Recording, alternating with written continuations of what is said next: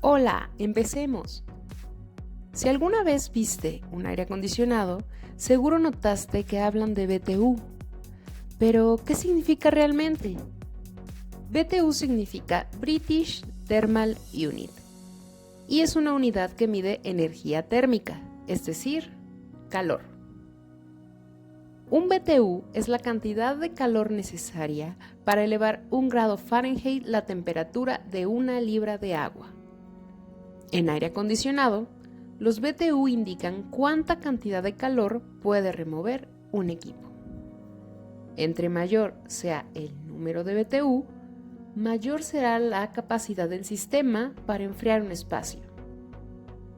Por ejemplo, 12.000 BTU por hora equivalen a 1 tonelada de refrigeración. Elegir la capacidad incorrecta puede provocar que el espacio no enfríe bien o que el sistema consuma más energía de lo necesario.